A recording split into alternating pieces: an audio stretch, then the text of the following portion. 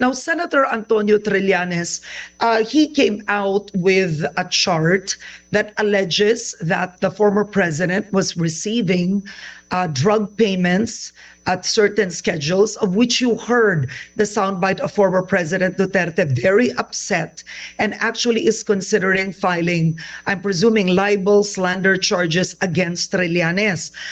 I want to ask you, what kind of evidence is necessary for this? Because here's former President Duterte, his narrative is galit nga siya sa droga eh. 'Di ba?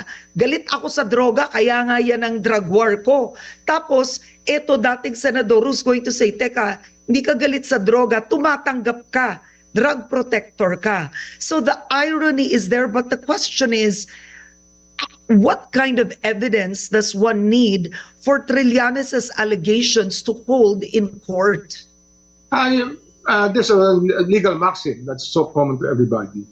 He who alleges must prove.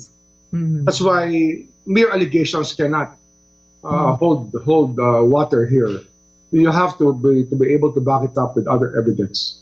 So good luck. If he has the evidence to prove what he's saying, then so be it. Let him file the cases.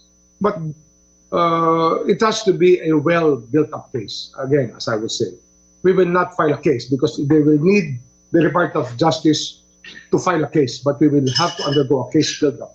And the other law enforcement agencies will have to work with the prosecutors to be able to build up a proper case. If there's no case build-up, if we do not believe in the modicum of evidence we have gathered, then we will not file a case. We will wait for the proper time until we are confident of the cases that we have built up to stand the scrutiny